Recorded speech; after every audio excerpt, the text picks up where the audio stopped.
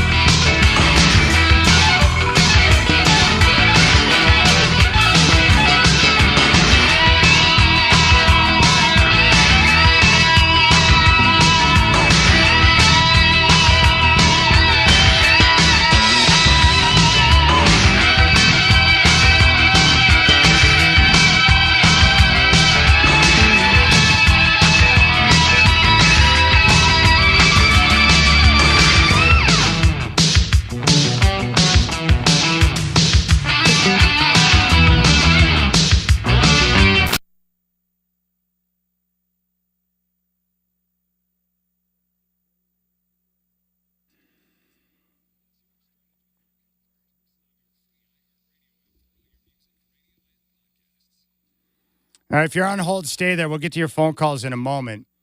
Brendan Slaughter from Beavers Edge is going to stop by at 5:20 and share his thoughts on the Oregon State Beavers spring game. Colin Amos, our good friend from the law offices of Goldberg and Jones, 1-800-DIVORCE. There's the canker store, rearing its ugly head. He'll step in studio at 4:20. 503-248-0620. We got a pair of AEW wrestling tickets to give away at 3:45. A 4-pack of tickets for the Thorns at 4, and a 4-pack for the Hops at 5. So we got some goodies on the show today. Now, before we get to the Knicks and Sixers game 2 from last night, here is LeBron James discussing his frustration with the replay center. I don't understand what's going on in the replay center, to be honest. I've said it. I think I said it this year or last year, whatever. D'Lo clearly gets hit in the face on a drive. What do we have a replay center if it's going to go? It doesn't make sense to me. It makes no sense to me. It bothers me. Sorry I didn't answer your question, but that is like. And then I just saw what happened with the Sixers Knicks game too. What are we doing? Yeah, what are we doing? You know, I don't think the officials cost the Lakers the game last night. They blew it, and the Nuggets are better. They came back and won and got the job done. What I don't like is that for the first time in a while, I sat down and enjoyed 2 great basketball games with terrific finishes. I mean, thrilling for the NBA to have games like that in the first round. And part of the story coming out of both games was missed calls, no calls, poor officiating. It shouldn't be like that. And I think you and I are on the same page. They do have a hard job. What I don't understand is that if you don't think the humans can do a better job, or if you can't find better humans to do a better job than what we see right now, then why not utilize some of the technology to where you can at least review or be able to change bad calls into better calls, especially late in games. It drives me crazy. So I don't know what they're going to do to fix that, but I can understand the frustration. If you've worked your ass off for 48 minutes and you look back at the game and you're like, what's up with this? But you can't criticize the officials. Well, I'll tell you the truth in my case. I've sat through so many of those games.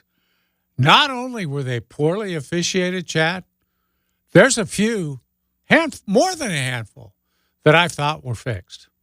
Honestly, including a couple of NBA Finals games that I sat there and watched with a front row seat.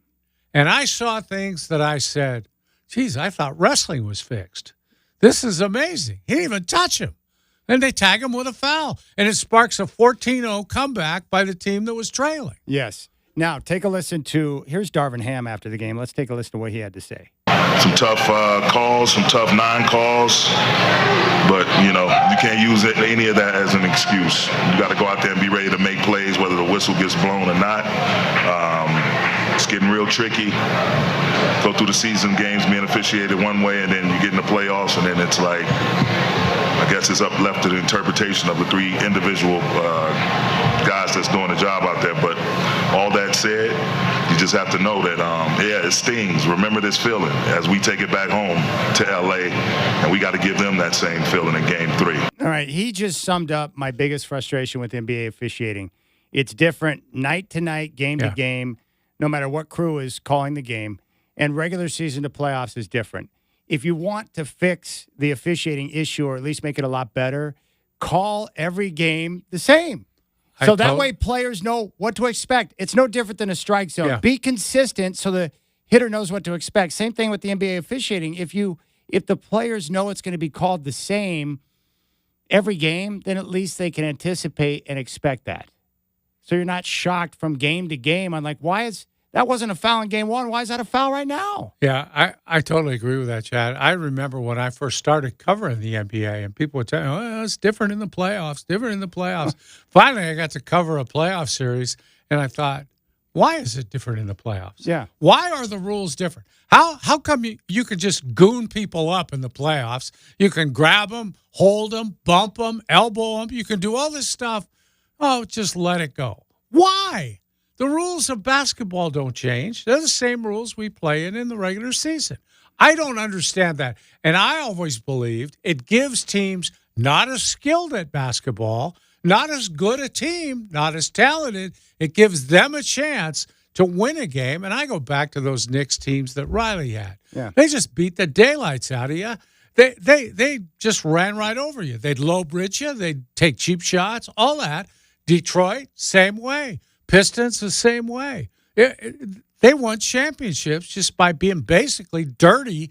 And if you're dirty long enough in the playoffs, they stop calling it. They just let you go ahead and reach in and push. I mean, it's terrible. Yeah, and it's been going on for years. Yeah. The same complaints about the officiating today are the exact same complaints that I heard about the officiating back in the 80s when I started watching NBA basketball. It's the same problem. Preferential treatment for the stars, inconsistency from game to game, regular season not being called the same in the playoffs.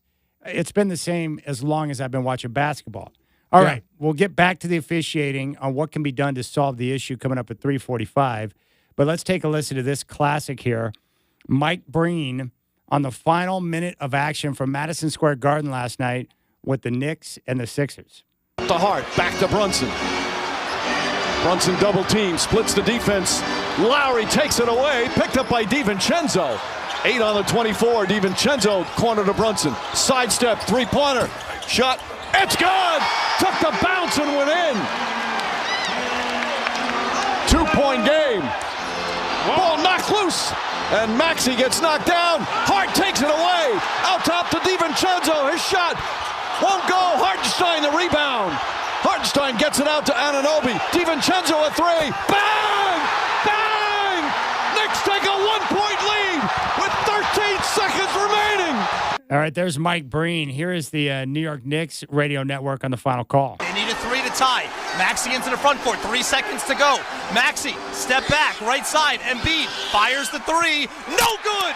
Knicks win game 2. Knicks win 104-101. There you go. The Knicks get the win. What a meltdown. Up by 5 with 47 seconds on the clock.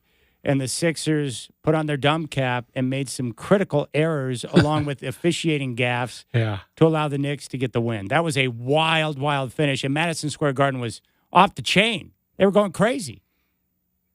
Yeah, you slid right past the fact that Breen, who rarely does this, gave that shot a double bang. A double bang. Bang! Bang! I like that. It was awesome, man. Yeah, what a scene and what an effort by the Knicks. I got to give the Knicks credit.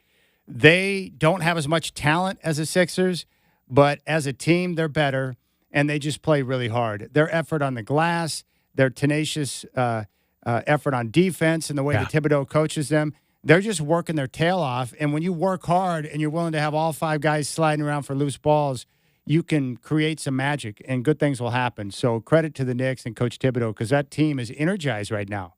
They're playing hard. I respect it. Absolutely respect it. Like I respect Embiid showing me toughness that I didn't know he had with the way he battled in Game 1 and Game 2. Yeah, the NBA last 2-minute report came out, Chad, and just so you know, Maxey was fouled by 2 different people late in the game. So I guess what they're going to do is just bring everybody back tonight and just replay the last 20 seconds, right? Yeah, of course not. Yeah. Why would the league do that? I hate it when they put out the 2-minute report, but Maxey, as we knew when we saw the game, was fouled by 2 guys. Yeah. And that's frustrating Brunson when you have a situation like that. Yeah, 2 physical guys in Brunson and Hart, and he couldn't get the job done. All they did is knock him down, Chad. That's okay. Boy, that was frustrating at the end. In fact, let's take a listen to Nick Nurse talking about the timeout situation. Right. Couldn't get one. Obviously, they score. We take a look at getting it in quick. We don't get it in quick. I call timeout. The referee looked right at me, ignored me. I needed a timeout there to advance it. Would have been good, but couldn't get it. All right, that's frustrating because he's trying to get the timeout, the coach is. The refs don't see him because it's loud and they're looking at the players. But the part that was frustrating for a veteran player, like I respect Kyle Lowry. He's smart. He's been around. He's won a championship. This is not his first rodeo. I know he's looking to get the quick inbound. I was just surprised when it took a little bit longer that he didn't have the wherewithal to call timeout. Bad mistake, really. Nick Nurse shouldn't have to call that timeout. When you've got a player, he's been in the league 17 years or something like that. Long time. He's inbounded the ball 1 million times. Here he is running the baseline, trying to get it to Maxey, because a quick inbound will often work. He's your good free throw shooter. If you can get it to him right away, fine. But if you can't, you're the guy who just calls the timeout. How many times have you seen it on a side out of bounds? Guy can't get it in, calls timeout. Nick Batum was great at that. He had an interior clock, I think, that when it hit about 3, timeout. You call the timeout rather than have a violation. All of a sudden, Lowry, who missed 2 free throws late in the game also, he lost his mind on that because the inbound pass was not a good pass anyway. He was really forcing it. He was. That was really frustrating. Do you think Nurse maybe should have run out in the court to get the officials' attention? As funny as it sounds when you say that. But, yeah, that's what Eric Spoelstra does. And Nurse even referred to that. Eric runs 10 or 15 feet out on the court when he wants a timeout. And you're technically not supposed to do that, right? Exactly. Technically, they should tee you up for that. But he's just trying to call a timeout. You don't see him. So it may be as much the referee's fault as it is his fault for having to run out there. But that's what Nurse should have done. Just dash out there as quick as you can. Because both times, Chad, the first time, he called it just before the inbound pass. The next time, he called it just before Maxey lost the ball. Yeah. And if you don't have the ball, you can't call timeout. Yeah. Boy, that's a painful loss. That's a game that they let slip through their fingers. Yeah. And then props to DiVincenzo for stepping up and knocking down the shot after missing one, and he talked about it after the game. Honestly, after I missed the first one, I was really, really, really, really, really hoping that Isaiah got it because I knew that, the rotation of everything, I was going to get a second look. So thank God he got the offensive rebound. He's turned out to be a pretty good player for them. Stepped up when they needed it most and knocked down the shot. And the Sixers unable to get the 3 at the buzzer to be able to tie the game, and now they go back home down 0-2. And, missed opportunities for the Sixers, not just in Game 2, but also Game 1.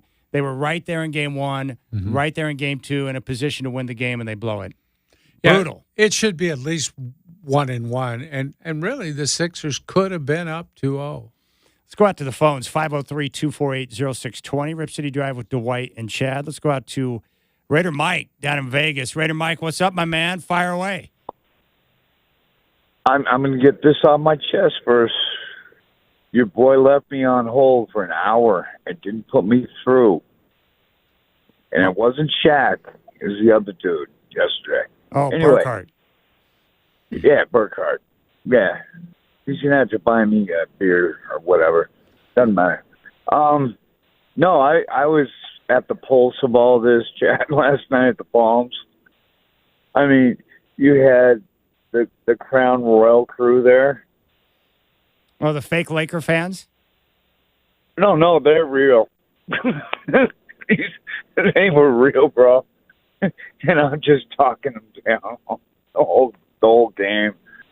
And, I'm Raider Mike, so I'm at a Raider place. I was back. But, it was funny to watch them melt down. No, that's like the best. I love that. Hey, what's the latest on the Raiders? Who are they going to take? Which quarterback? Here's what's going on. That's kind of why I tried to call you last night, and it's still the same from last night. We have the first black Eli, black John Elway. He's saying, do what you want to do, bro.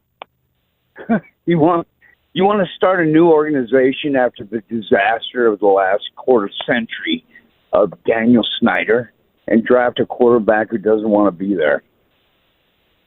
Jaden he played with AP in high school,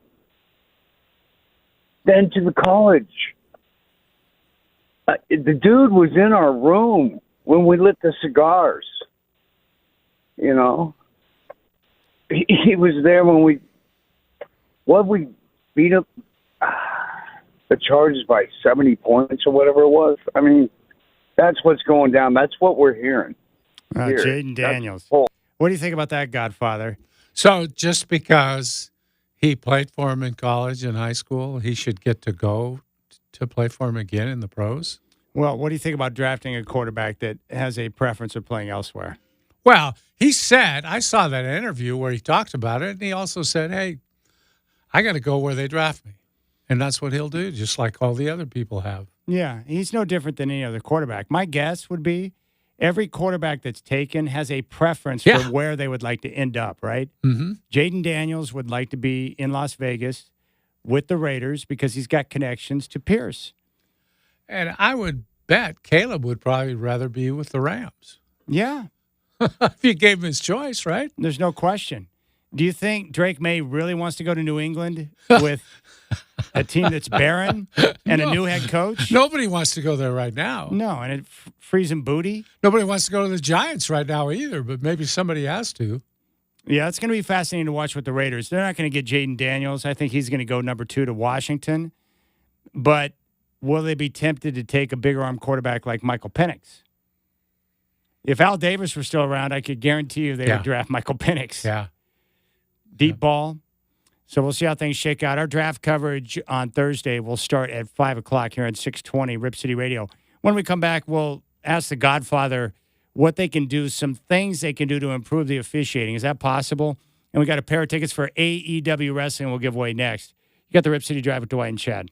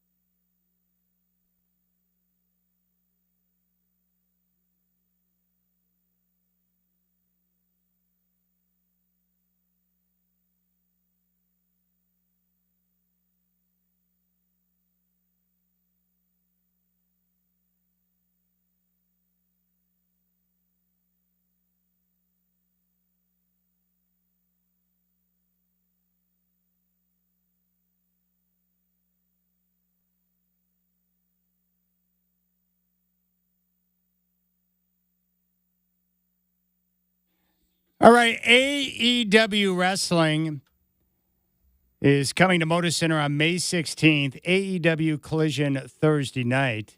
You can be there to experience AEW live with Chris Jericho and much more. Get your tickets now at AEWtix.com. We have a pair of tickets to give away right now, so if you want to go check out AEW Wrestling, May 16th at Moda Center, fire away, 503-248-0620.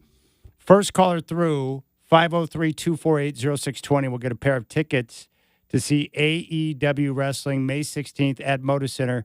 Call now, 503-248-0620, 503-248-0620.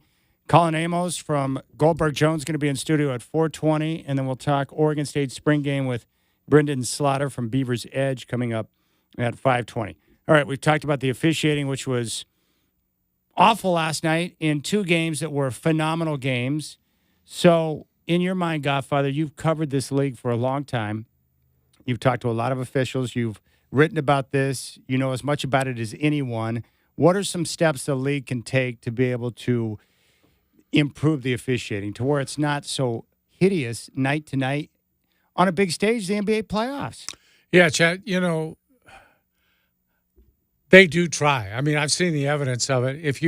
They do a lot of scouting, college games, and they make contact with the best college refs and try to give them a chance to move up if they're interested. Some people have full-time jobs, and they can, because at least unlike the NFL, the NBA, Major League Baseball, those are full-time officials. They don't have other jobs. So I think their recruiting is probably spot on, as good as you could do, probably. I think one of the problems, they do develop them in summer league. They have them call a lot of games in summer league. Then they send them to the G League for, you start there. That's their minor league. And they scout them heavily there to see who's good. And then they break them in real slow. They bring them up as a replacement once in a while to get them a game here and there to find out how they handle the NFL pressure and how they work with their partners. But I've always thought there's a few things, Chad. Number one, I think it wouldn't hurt to keep the referees in crews. If you work with these two other people, keep that crew together all year so you kind of learn each other. And they kind of do this with baseball. Most of those umpire crews stay together throughout the year. They rotate around the bases game by game so that every fourth day you get the plate, and then you get third, second, and first. And I think you don't have to necessarily rotate in the basketball sense, but working with the same people, I think, would help you increase court coverage. You learn the things your partners don't do well, and you kind of cover for that.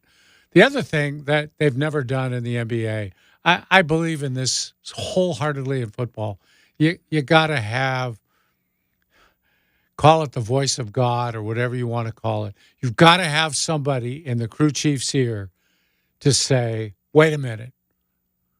Nobody has to ask for a review. It's like, wait a second. Before you inbound the ball, I'm going to take another look at this. He's the judge, jury.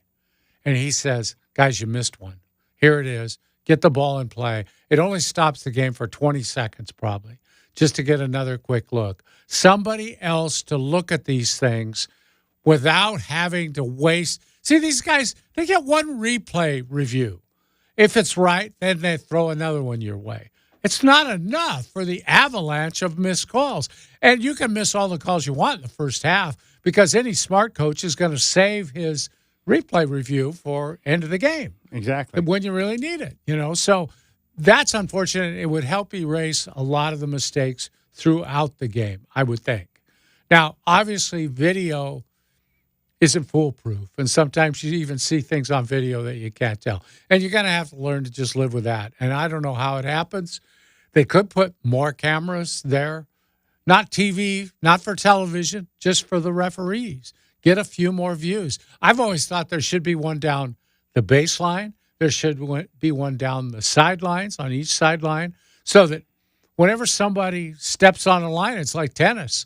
A buzzer rings somewhere, And there's all kinds of these things that you can do with technology that they don't even think about doing. And I would think even goaltending, there has to be a way with technology to really get a good feel for what goaltending is. I like the idea of the eye in the sky, just to have that extra layer of protection to prevent obvious missed calls or bad calls that can be corrected right away. Yeah, some of them are so obvious. Look, he was out of bounds. Or look, this guy got punched. It was behind the play. We picked it up on our cameras. But you guys, I don't expect you to see it because you're all moving up the floor. But you got to correct this one. This guy got hit in backcourt. Just make the change right away. Then you put the replay on the screen. Everybody says, oh, that's what they call. Yeah, and then here's what's great, because I love basketball. The other thing that would help with the layer of protection where you correct a lot of the wrongs, if you make it better, then you can improve the perception from a portion of the public who watches your games who thinks that they may not be legitimate. Yeah. It's really weird to me that you can have such a large portion of your fan base that consumes your product that wonders whether or not your game's legit sometimes because the officiating's so poor. Chad, don't you think every team in the league thinks the referees are against them? Yeah. I do too. Yeah. Even the Lakers and the Knicks, they think they're getting shafted all the time. Well, call Rick Adelman and ask him if he feels like the Kings were shafted in that playoff series against the Lakers. We've talked. Yes, they were. Yeah. And Clyde Drexler believes that Jake O'Donnell had it out for the Blazers. Well, he did. He admitted it. Yeah, and that's why he lost his job refereeing. That's the other thing. More investigation. When a player or a team complains about something like that, look into it. Yeah. Find out, because people know about it. When one of these officials has a grudge against your team or one of your players, that's not allowed. Like, why does Satan Foster hate Chris Paul so much? Yeah. I'd like to find that out. Well, it's provable. It's unbelievable, the record that he's had. And I mean, this is crazy stuff. Why does it exist? Chad, they should be fined and suspended just the way players are, and it should be public knowledge. If they don't like it, quit. Go do something else. But they won't, because the money's pretty good at that job.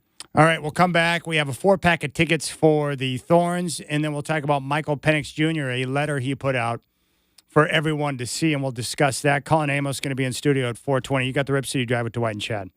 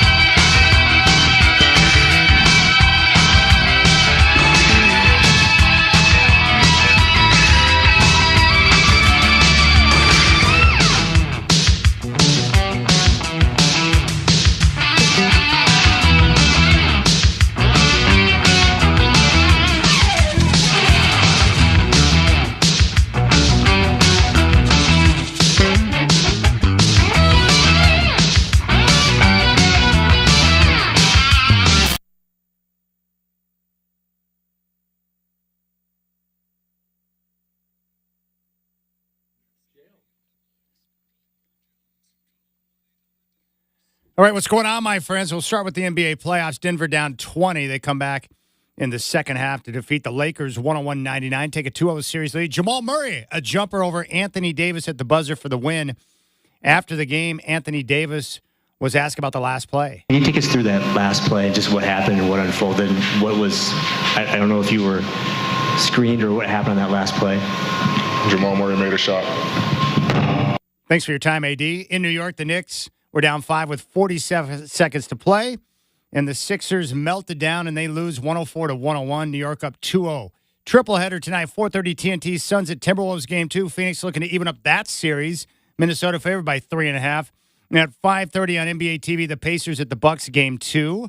Milwaukee won game 1. Bucks favored by 1.5. 7 o'clock, TNT, Mavs and Clippers from Los Angeles. Clippers favored by 1.5 and have a 1-0 series lead. Got more of the Rip City Drive with Dwight and Chad coming right now.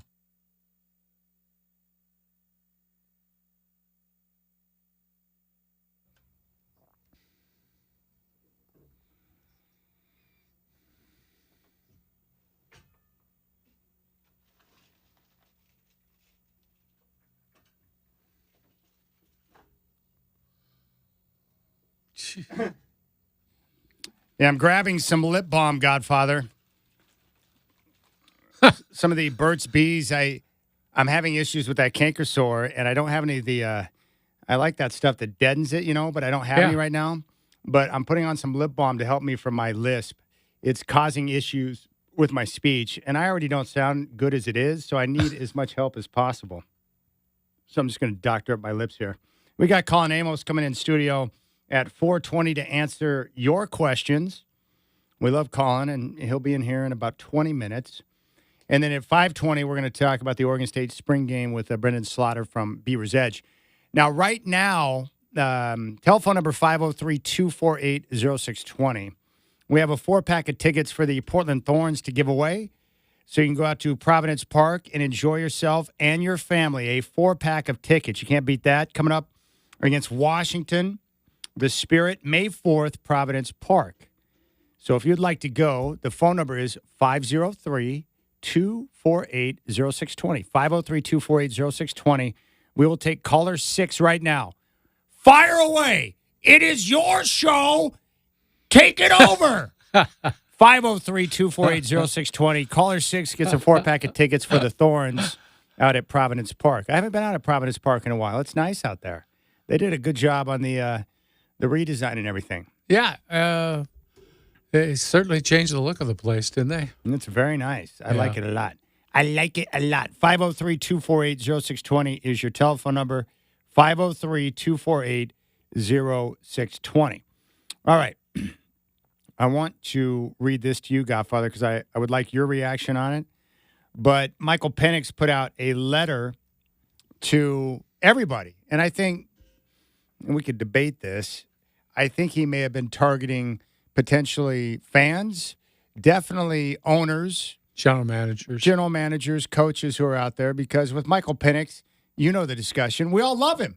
There's not anyone that doesn't like Michael Penix for the work he did at Washington, for the courage he showed to battle back from multiple injuries at Indiana, and then put himself in a position coming off back-to-back great seasons at Washington, just played for a national championship, and now has revived his career to where he potentially could get taken in the first round. I don't think he will. Probably a day 2 quarterback, but still, the journey from Indiana to now is pretty remarkable with what he's been able to accomplish. So let me read this to you, and then we can discuss what you think he meant by this. But, quote, truth is, I'd be worried more if I had never been injured. We don't all come back the same. I know the storms I'm prepared to weather. For most people, that'd be the end of the story or their story. But there's more to my story, and I own every page of it. So I have no problem talking and taking all the MRIs and X-rays you ask of me. Truth is, it's an EKG that will tell you everything you need to know about me. And he went on to say, he put that out in the Players Tribune. Yeah. But I think he's just putting out the note that, hey, I'm good, and if you take a chance on me, I'm going to work hard and do everything I can to make sure I'm in the best shape possible and on the field for you playing. And keep in mind, he was remarkably healthy during his time at Washington over the last 2 years. Yes, he was. And most of the medicals that were taken at the Combine seemed to show that everything looked okay. He got a pretty good bill of health from that. I was very impressed the way he ended it. It was something like, yeah, I'll probably get knocked down, but I wouldn't bet against me getting up, and it's like, yeah, he's dealt with adversity. We know he can handle it, and he'll get up. The problem for teams is, though, those knees can only take so much, and at some point you can get up, but you might not ever be able to run much again. Yeah, and you're talking about teams that would be potentially investing millions into you to play that position. The reason why I think Michael Penix is a little bit different than some other guys who have injury concerns at that position, he's not a willing runner. Like, he doesn't take off. He's not looking to get out of the pocket, and he gets rid of the football quickly. His processing and delivery of the football is lightning quick, and that's going to keep him out of harm's way. He knows how to protect himself. That is correct. A lot of guys, when they take off, or guys who look to run, they will try to initiate contact because they're tough, or they're not good at sliding, or they just don't have the knack for avoiding the big hit. Mm-hmm. Some guys are really good at it. Lamar Jackson's pretty good at avoiding the big hit. Yeah. Russell Wilson's been good at getting the slide down for years. Like, some guys have a knack for just avoiding the big contact. But I think with Michael Penix, he's a pocket guy. And he delivers a football and gets rid of it quick. We saw it at Washington. I think those are the traits you want to see from a guy like that with some injury concern. And then you go from there. But I think a lot of guys, they just need the right team to take a chance on them, and then he can come in and showcase what he can do. The advantage for Michael Penix, based on where he's probably going to be selected, he may wind up with a team and an organization that is a lot better than the majority of teams who are picking at the top of the draft year in and year out. It could end up being a better situation where he's not going to be thrust into action right away. Yeah. He won't be expected to win right away. He can take time to be an understudy, learn, and then when he does get an opportunity, he'll be more than ready to step out there and get it done. I was very impressed that he wrote that. I think it kind of showed an understanding of the situation he's in, and it was a very personal attempt. Mentioned where he grew up and his background and all, a personal attempt to try and explain to people that he thinks he's going to be okay, and putting your faith in him is a good idea. And I think it certainly won't hurt his draft stock. I'm kind of different, Chad. I think he will go in the first round. I think somebody will take a gamble on his physical skills. I mean, if he didn't have the knee problems, we might be talking about him in the top 5 of the draft. His arm talent is fantastic. He's got great arm talent. I would be surprised. I'm starting to feel like now I might take the under on that 4.5. I think you'll have 4 quarterbacks taken, but now I'm starting to wonder if you're going to get a 5th or a 6th. And that's just because the teams don't view Penix or Nix as day one quarterbacks, and they don't want to pass on the value of the guys they could have access to in the first round to take a chance on a QB, especially a guy with an injury history. Because most of these teams look at it and say, if they know other teams aren't going to take him, they're like, we're going to take this guy here, and then we're just going to wait, and then we'll have a chance to get him in round 2 or round 3. And I think that's how it's going to go down. So my guess is right now, I'd probably go under the 4.5. People tend to overvalue quarterbacks. There could be a team that would slide in and maybe, decide to take a chance on one of those guys. But my guess is you'll get J.J. McCarthy, Drake May, Jaden Daniels, and Caleb Williams. And then the rest of the first round, it will be Penix and Nix waiting to see if someone takes a chance on them. I think Denver is open to taking Bo Nix at some point in the draft, but they're not going to take him at 12. They'll trade back and accrue some other picks because they know they may have access to him later, but they're not going to take a chance on him at 12 because they can't afford to pass up either A, the opportunity to trade back and collect draft assets because they need draft picks, or 2, have the opportunity to take maybe the top pass rusher in the draft at 12 or a different position of need where you can get the best player at that position in the draft and take a chance on a quarterback that may be available in round 2 or round 3. And that's how the teams look at it. Yeah, I heard Albert Breer today. He was on with Gottlieb, and he asked him a question about, now, I know he was on with Eisen, I think, and he asked him about, give me a scenario that people would be surprised, something that you're not so sure is going to happen, but something that would shock people if it happened in the first round. He immediately said, Bo Nix to the Rams. Bo Nix to the Rams? Yeah. There's some connection there with their GM who might have played somewhere where Bo's dad was his coach, or he has some connection. Somebody there's got a connection to Bo's dad, who played and coached. There are some teams, the Rams being one. Well, keep in mind, too, the Rams. Here's what's interesting about the Rams. I don't think that Sean McVay has ever had a first-round pick in the draft. You're right. Okay, so we already know he's going to go offense. He's an offensive-minded coach. There's no way they're going to take defense. So what would Sean McVay want to do there? Does he take a chance on a so-so quarterback in Knicks in the first round, or do you take another position of need where you can get a more talented player at a different position? I am certain that McVay, with his first chance to take a player in the first round, is going to go offense. I'd be stunned if it's a defensive player. Yeah. Because, coaches usually offensive coaches want to draft offensive players. Yeah. So, we'll see how it shakes out. I just like Knicks and Penix a lot. So, wherever they're selected, I want both of them to have success because I think they're good dudes. And I like the fact that they both went through struggles for different reasons at their first schools, but then were able to rebound and get an opportunity and made the most of it, which was great. Mm-hmm. So I enjoyed that.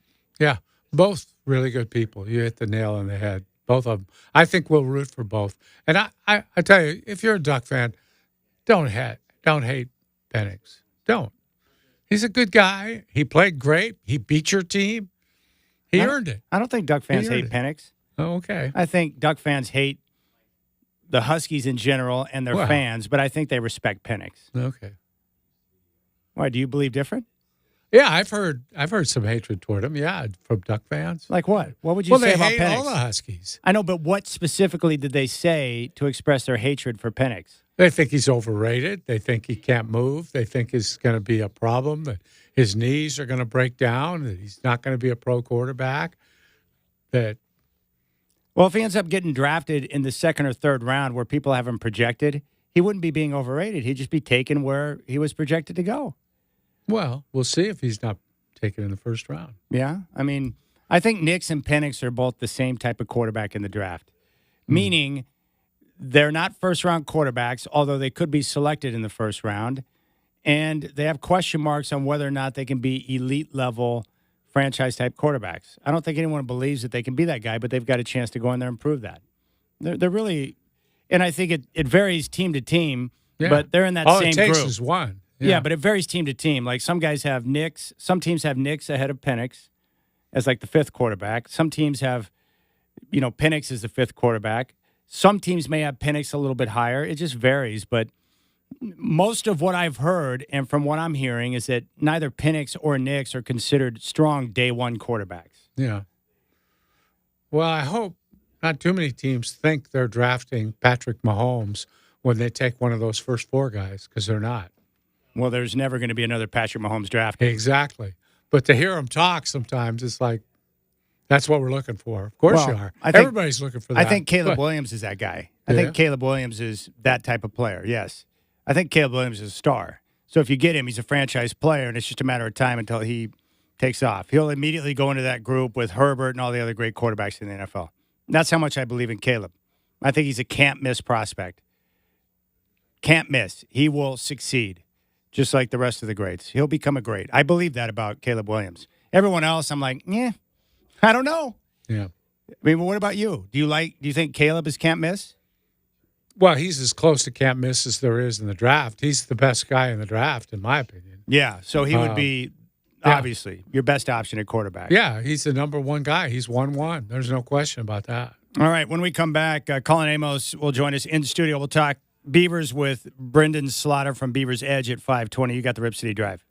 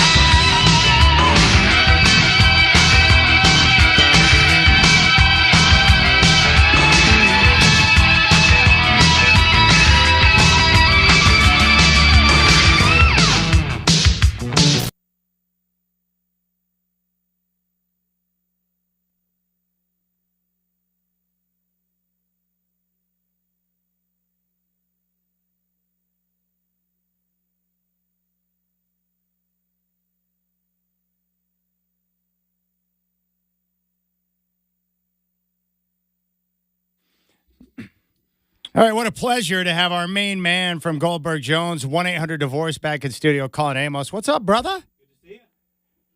Can you hear me? Yes, loud and clear, my I'm friend. in. It I'm is in. so good to see you. I ran into you and Rick at the Blazer game a couple of weeks ago. It was great to see you live and in the flesh. I love that. That was great. I don't get that good of tickets normally, so to sit there on the court watching the game, it's funny because before the game started, I'm sitting there and we're at the Golden State's warm-up side, and I see Steph Curry, and he's just goofing.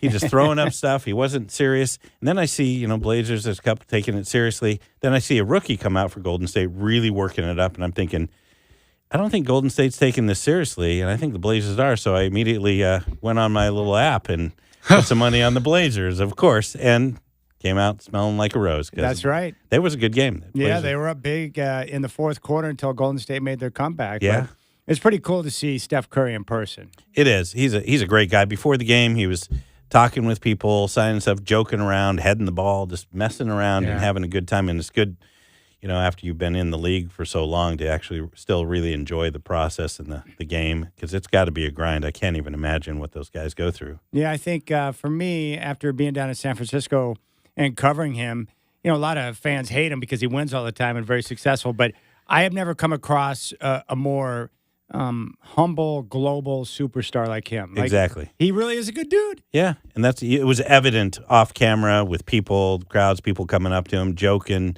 with just everybody. So it's nice to see people that have really made it and still are good people. You think he's more humble than LeBron? Quite possibly. Yeah, he might be. I haven't seen Steph try to put a crown on. Yeah, the imaginary crown as he's going down the court. That's a bit despicable. Yeah. All right, do you have any bets on the NFL draft? Are you going to do any prop bets for the draft? Or I anything have like not done the draft. That one scares me because you have to dive in deep to start figuring that stuff out. And so, no, I just decided to stay away from that. I am having withdrawals though from football. It is killing me. So I keep messing around with baseball just because, but that's like it's not the same. That's Russian roulette. That's a tough. That is a tough one. Yeah, it's not the same. Football is king when it comes to wagering. It is fun, and you can actually feel like you can influence the game with your teasing and things like that. Basketball is just a crapshoot. Did you ever do any wagering? Did you have a bookie back in the day, Godfather? That would be a bookie back then because you didn't know what was going on. No, not only that. I mean, I could have found I had friends who bet a lot, but. Now, I was always cautioned in the business, don't do it. It was frowned upon as a journalist? It was very frowned upon, yeah. Inside information, all that stuff. I did several times think, I could make some money on this stuff knowing what I know.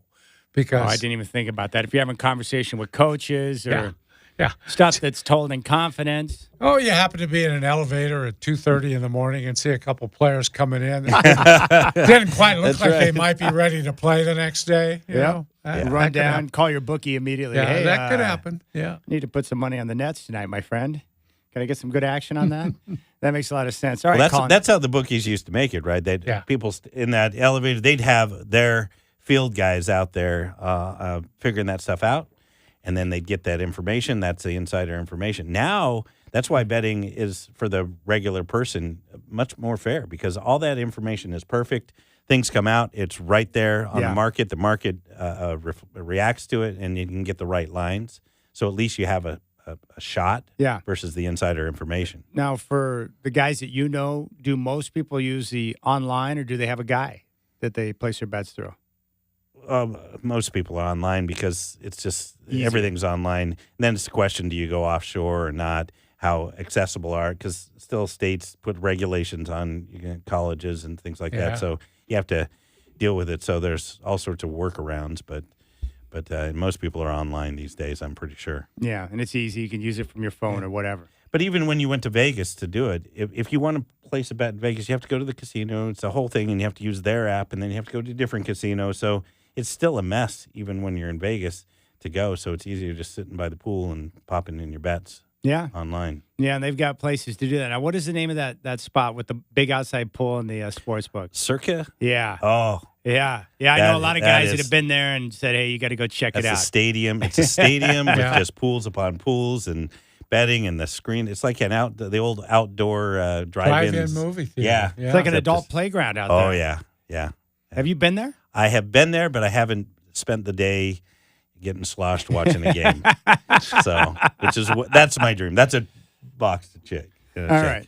Well, Colin, this is what I thought we should start with today because I know there are people listening, and I get asked this all the time, and I know there are guys. My whole idea here is that I want anyone that needs help, I want them to get past the fear of placing the phone call to 1-800-DIVORCE because the first call is no charge. You answer all of their questions. So I thought what would be nice is to just walk through the process. So if I call you, you have a certain step-by-step process in terms of questions and what type of information you want to get access to. Let's walk through that so that people know what to expect when they call 1-800-DIVORCE. Yeah, well, the other aspect of that is that people have a lot of anxiety about their situation, but they don't have the questions. They don't necessarily know what to ask, so they don't call just because they just don't know how to approach it. Yeah. But that's okay, too, because I get that call and says, I'm thinking about a divorce, or my wife has mentioned it, or my friends have said you should at least call an attorney, and then they just don't know what else to say.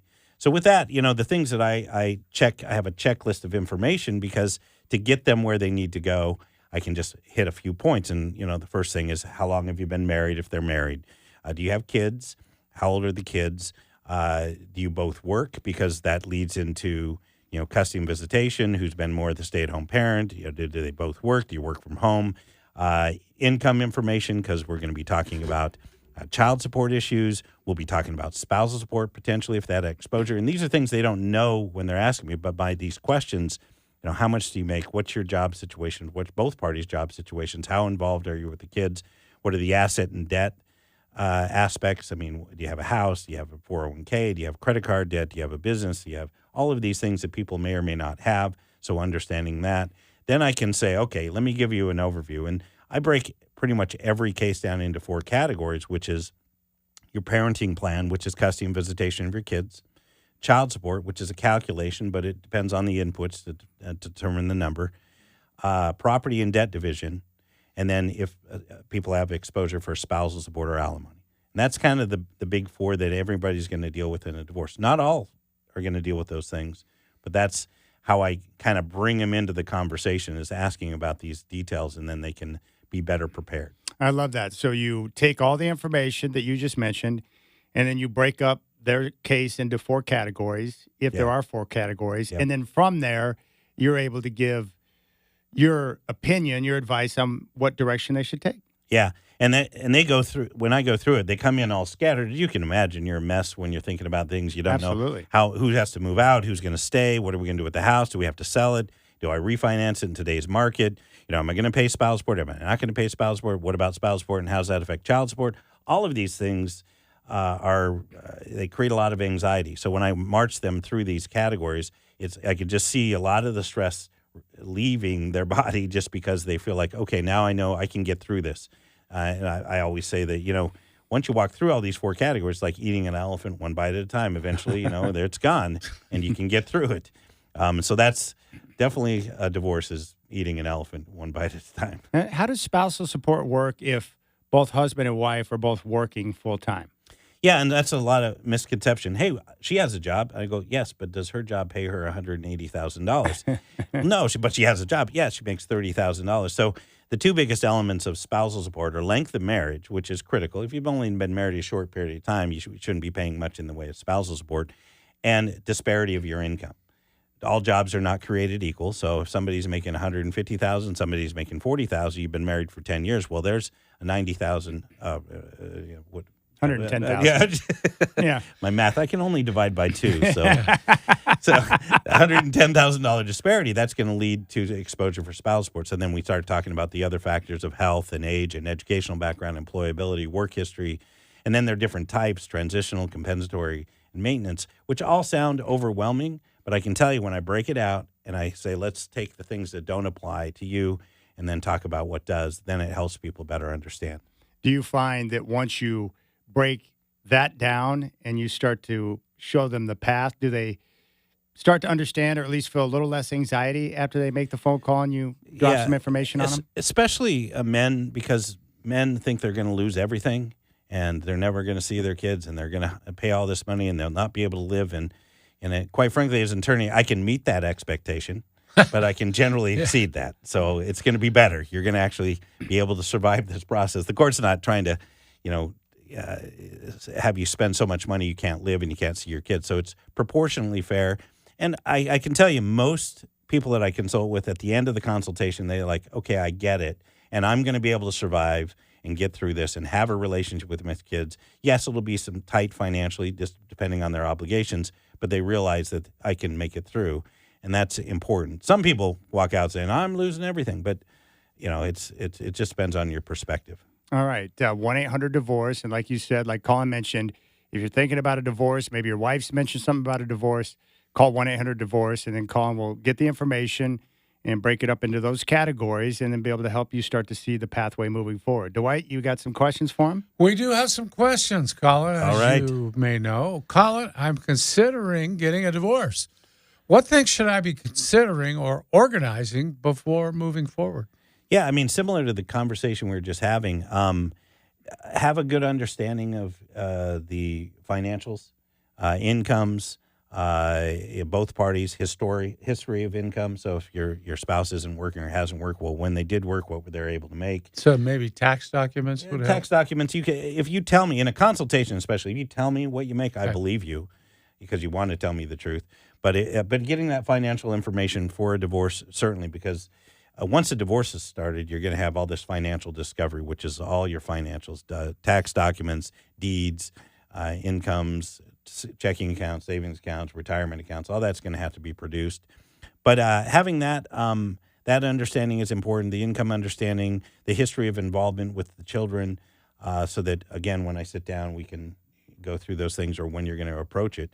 And that's where when I meet with people, especially with kids involved, they don't realize how the court looks at it. They think, well, I'm the breadwinner, I'm supporting my kids, and I'm taking care of the kids. That's great. That's what child support's for, but I'm more concerned about what relationship you're going to have with the kids and what have you – do you coach their teams? Are you there to pick them up? Are you to take them from school? Do you work from home? Can you be more involved with the kids? So kind of thinking through those four categories and your involvement and what you have is important. All right, next question. If you were to make a list, what would be the top reasons for divorce based on the cases you typically handle? Well, I see a lot of the symptoms of the greater problem, like affairs or, alcohol or drugs or things like that, because people's lives have fallen apart and these are the outlets. Yes. And then that, of course, is not helpful to their relationship. But I think communication is the biggest one. People aren't communicating. They just kind of go their different directions. Work schedules, compromising work schedules. A lot of times people set up their work schedules so they can avoid daycare and not spend, the much money there, but they're not seeing each other. So they kind of drift apart. Their only focus together is their kids, and they don't have any outside focus with each other. So when kids leave the household, the nesting, when they leave the nest, you kind of look at your spouse and says, who are you and what do you like to do? And I don't like to do that.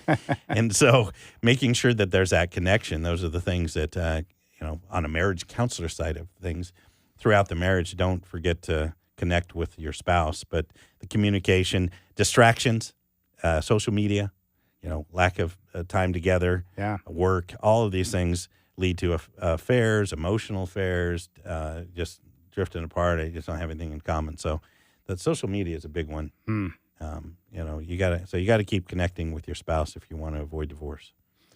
Next question, Colin. I have been divorced for 10 years, but have recently started dating my ex-wife. Are we allowed to remarry? And do you have any experience with couples who remarry after divorce? Yeah, that's an interesting one. That's so funny because a person I was just talking with, his parents were married for 15 years. They divorced, separated for 10 years, hardly had much connection, then got remarried and been remarried for the last 10 years. So, yes, you can remarry your ex-wife, although you got to really think about this. That's amazing. Yeah, you went through the process, but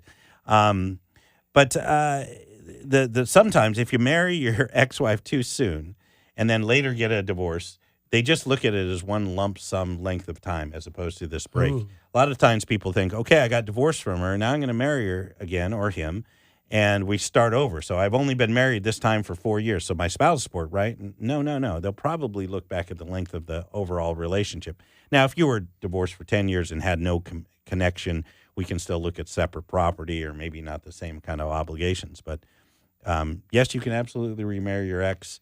Could you set up a prenuptial for? Yeah, I okay. would. Absolutely. Because you went through it. You spent all that money and time getting a divorce, and you got what you got. Now let's have a prenuptial set second time around. Let's make sure we got the contract down this time. Interesting. Yeah. I thought I laughed at the question, but then I thought, And I had to think about it for a second, so I immediately thought, I wonder if prenuptial would be the right play here. Absolutely. It's pretty much the right play every time. Amazing. Unless you just have nothing, as I've talked about. If you don't have anything, don't worry about it, because nothing from nothing is nothing. But if you're bringing something into the marriage, be careful. George Costanza. Of course, George, I'll give you one. I have all the money. That's right. That's right. We got Colin Amos from Goldberg Jones, 1-800-DIVORCE in studio. Next question. Colin, I'm getting married later in life. What is the best way to protect my pension prior to the marriage? Well, what is the best way? Prenuptial agreement? Prenuptial agreement, yes. Absolutely. Now, that being said, as a matter of law, the way the courts generally handle pensions or 401ks or premarital property is they do look at what was accumulated prior to the marriage as separate. So if this person had a pension PERS for 10 years and then they get married and they're married for another 8 years, that 8 years is on the chopping block. And so she gets essentially 4 out of the 8, or he gets 4 out of the 18 years, not half of all the pension. But the way pensions work, there's increased value at the backside of the pension versus at the front side. So the longer you're married, she or he is going to get more of that later in life, even though it was accumulated the whole period of time. What about Social Security? Social Security is not divisible. Social Security income is yours. That person is entitled to whatever their Social Security is based upon marriage or their own employment, but we don't divide that in the divorce. Mm-hmm. It can be taken into consideration as far as income for the purposes of child support and or spousal support, but it's not a divisible asset. All right, next question. Colin, do laws on community property apply to expensive items that were purchased after filing for divorce? I like that. And only the inexpensive items does the community community property basically takes care. It's same. I guess Oregon is not a community property state. Washington is a community property state. California is a community property state. They handle things very similarly. So property acquired during the marriage, expensive or inexpensive, is considered joint or community property, whether it's I bought it with my money because my money is community money, her money is community money. So the assets that are purchased, whether it came from the money that I've earned or she's earned, is community property. So whatever that may be, could be a house, could be equity in a house, could be investments of any sort. So what you do during the marriage is joint. Same thing in Oregon. It's just marital property, and it's an equitable distribution state. It's not a community property state. All right, one more, Colin. What is the process for modifying a child support order? Yeah, that's a loaded question. There's a lot to that, potentially, because a lot of child support orders, while they're ordered by the court, and they can come through the Division of Child Support, are collected by the Division of Child Support. They just collect it out of the paycheck. So you can modify, if that's happening, you can ask the state to review child support. In Oregon, every 3 years, they'll review your child support, and then they'll do it. And you don't have to pay an attorney a bunch of money to do it. And they'll go back and reevaluate incomes and then recalculate it for you, and they'll send you a number that says, is this right? If it's not, you can request a hearing, which will be done via phone. So it can be fairly pain-free through the state, or you can go directly to the court and file a modification when any significant change occurs. Generally speaking, child support modifications are not that difficult because they're calculation-based. It's only when people are self-employed or have their own businesses, and then it's like, well, what is your real income? Exactly. That it gets messy. Potential for hiding money. Right? Exactly. But once in Oregon, it's your income and overnights. That's what child support's based on. How many overnights do you have to your parenting plan? What's your income? What's her income? You plug it in, it spits out its answer. So they shouldn't be overly complicated unless you're self-employed. All right. Colin Amos, the telephone number, if you're out there and you're in this situation, 1-800-DIVORCE. Call and walk through the process. You know what to expect. 1-800-DIVORCE is the number. You can check them out online at goldbergjones-or.com. Colin, good luck with your football withdrawals, my friend. I will. It'll be good, though, to see where Penix goes. I heard you talking about it earlier. I'm Yeah. really excited about him. Yeah, we like him a lot. I'd love it if he was a Seahawk, but you never know. And go easy on the baseball betting. It didn't work out so well for Otani. I have $25 hanging on the game coming up here. All right. Colin will join us again next month. Big thanks to him. We'll come back. We'll keep things rolling. We're going to talk Beaver spring game at 5:20 with Brendan Slaughter. Good job walking through that, Colin.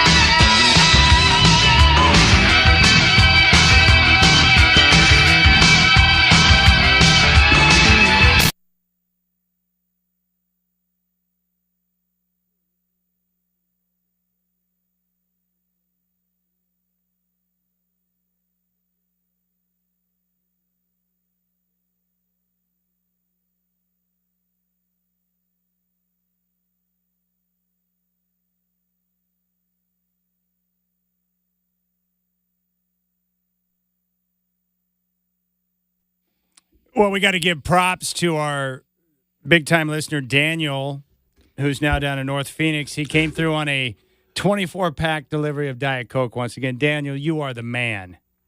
Daniel, as usual, it's a refreshing beverage. Very refreshing. I appreciate it. You know what? I'll be in Phoenix at some point within the next several months. I owe you, pal.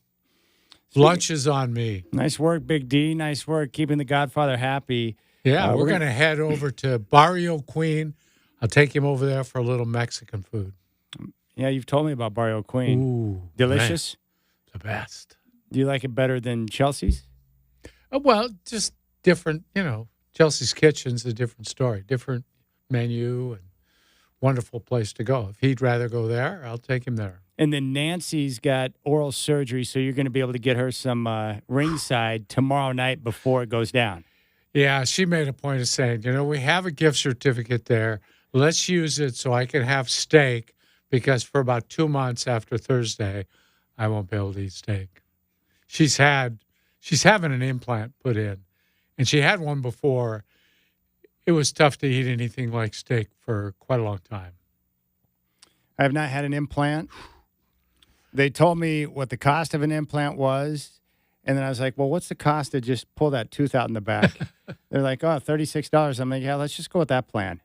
And I haven't missed it since. That's funny. I've got a big hole back here, and I'm not – after watching her on that last one, no, sir, I'm not going with that. Yeah. I'll just let that little hole be there. Yeah, they told me, the dentist who was trying to encourage me to get the implant. Sure. This was like 20-plus years ago, 25 years ago. He's like, well, your top tooth can sink down, right? And every time I've gone in for a checkup, it's still the same. It hasn't changed. Yeah. So I'm glad I made that decision because you're right. Everyone I've talked to that's gotten the implant, there's a lot of pain involved. I don't like dental pain. Chad, they put like a peg in there. Yeah. But it's threaded, I think. So then I think they screw the tooth into the bone or onto something, right? that thing. Yeah. Yeah. Well, the post they put in goes right into the bone. Yeah, I don't need that in my life. And sometimes they have to do a bone graft so they have someplace to put that. You don't even want to think about it, really. I don't think. No, I don't want that. No. The only thing I think it was weird, I remember my grandma, my mom's mom, when I was younger, it used to trip me out because she had dentures. Yeah. Chad, my mom and dad both did. My mom and dad. The first time I saw her pull her teeth out and drop them in a cup of Effordent, my mind was blown. I'm like, Grandma, what's up with that? I had no idea what was going on there. I just couldn't believe that she could pull her teeth out and put them in a cup. She told me it was a magic trick. Yeah. My dad used to do something funny with his where he wouldn't take them out, but he would sort of disconnect them and sort of roll them around in here and smile at the same time. It was horrendous. Yeah, I always was jealous of her because she could pop the dentures out and then brush them. Oh, yeah. It'd be a lot easier if I could just pull my pie hole out and be able to brush my teeth and then pop it back in. You can get them really nice and clean, yeah. Yeah, because the dentist is always like, well, you need to do a better job brushing here, brushing there. It's like, why? I can't quite get the angle on that, my friend. And Chad, here's the other thing. I try like crazy. I brush a lot. I try like crazy to get them white. But my dentist told, some people just, your teeth aren't going to get white. I've tried all those trays and all that stuff. But if you got false teeth, they'll put them in really white. Or if you just get veneers. And I talked about veneers when I was on television. Yeah. Because they look great on TV. I couldn't afford that either. Well, I'm a coffee drinker, and so that naturally will stain the teeth. But then when I've seen people who are a little bit older that have like white teeth, it's really weird. It is. Not that it looks bad. It just doesn't match up. It's like, how can your teeth be that sparkly white? It's incredible. Or the people who get them like one size too big. Yeah. And it doesn't match their mouth. They don't fit in their mouth. Yeah. I find that stuff funny. So I just don't want to go there or do that. There's a lot of things like that. Like, I have gray hair now. Like, I'm never going to color my hair. Like, that's not happening. How come? Because every guy I see that has colored their hair, I can tell it's been colored. And I don't like that. If I know that you're coloring your hair, then that's not good. I want it to be natural. I had a little goatee, and I used to put a little just for men or whatever that was. How long would it last? Brush it in. longer than you think. Couple weeks, I think, and then you just have to take that little brush out and put it in. But it was no big deal. It's not like coloring your hair, It's just You haven't worn a goatee for a long time. Maybe I remember that like in the paper days, right? yeah, because I haven't. Gosh, You've been clean shaven for as long as you and I that's have been probably friends. been 30 years since I had them. Yeah. Yeah, I notice a lot of guys now who are bald that go with the beards or the goatees. Nah. You know what's funny is like when I was younger, long before I got into radio, like I would run into you out in public sometimes. I would see you at Beaver games or I'd run into you at a Blazer game. I was intimidated by you and afraid to say anything. But I read you every day.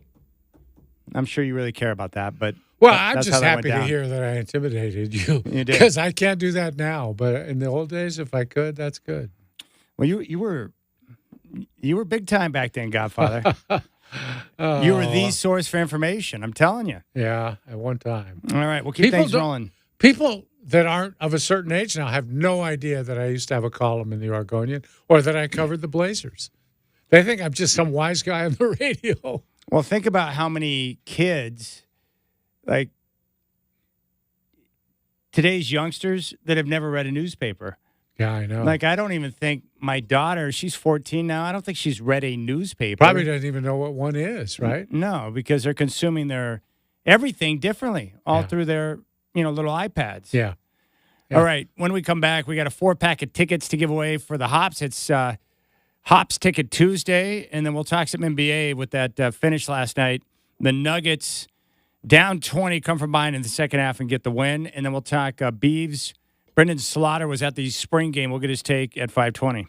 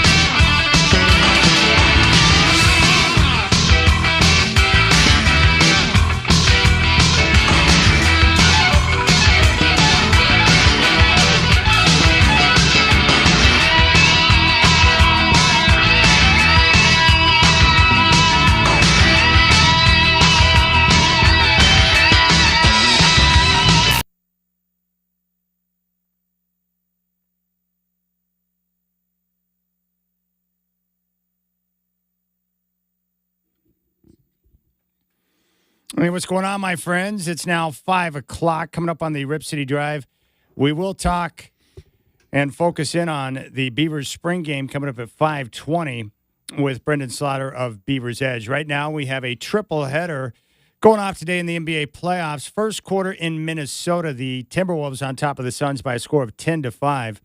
5:30 on NBA TV. Game 2, Indiana and Milwaukee.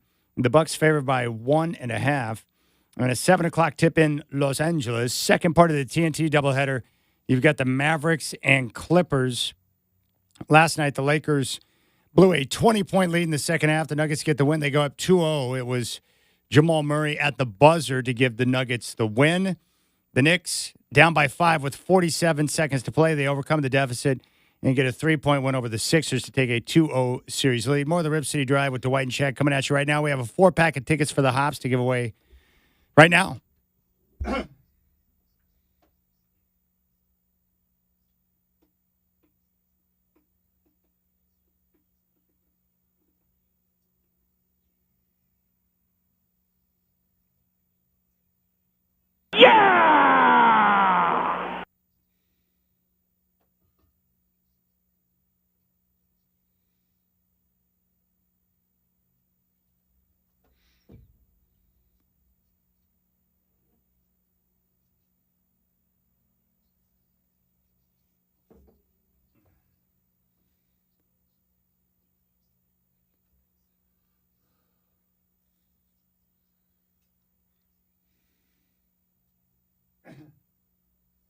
Is that White Snake?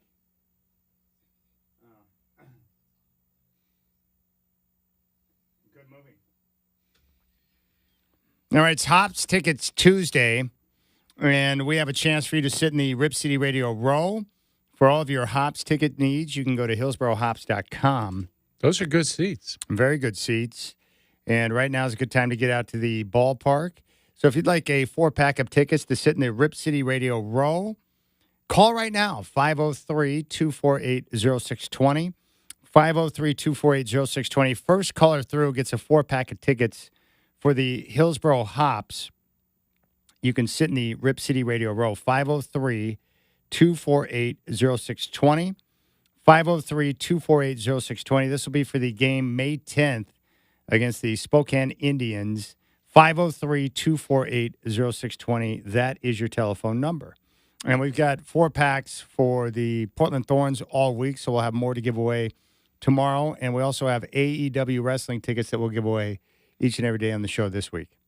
I think I say this every time, but if you haven't seen AEW and you like wrestling, maybe you're a WWE fan, give these guys a look. They're good. Yeah, but you didn't sound too high on the Thursday night action yesterday when I was talking to you. Well, it's just that why is Wednesday better than Thursday? It's just their showcase show. It's a 2-hour show, and I think but they have so many talented wrestlers now. You're going to see somebody good any night you go.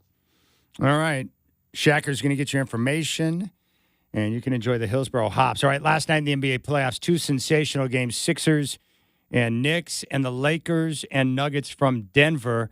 Let's take a listen to Jason Kosmicki on the final call. He's at the midcourt circle. 4 seconds. 3 seconds left. Why are they not fouling? Jumper Murray. Got it to hard. Denver mounts the comeback. They come back from 20 points down. They win game number 2. 101 to 99 is the final. And the Lakers can take that L on the way out. Here's Jamal Murray on that final shot. Well, I mean, I jumped pretty high, I faded a lot, and I just lost my balance and fell. And I just saw the ball over the rim. I think AD was in my way, or somebody was in my way. And I just heard everybody scream. That's how I know it went in. So it was a pretty cool moment. I mean, what was your take on that final possession, Godfather? Nuggets did not call timeout.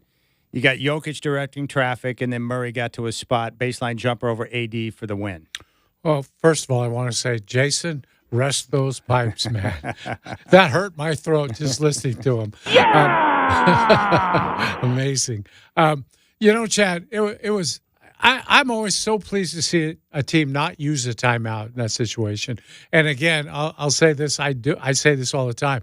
If you don't call timeout, it's great because the defense doesn't get a timeout to talk about what you might do. So it's a big advantage, especially if you've coached your team well enough to know, hey, guys, last shot, we get a last shot. You work on this all season long. This is what we want to do.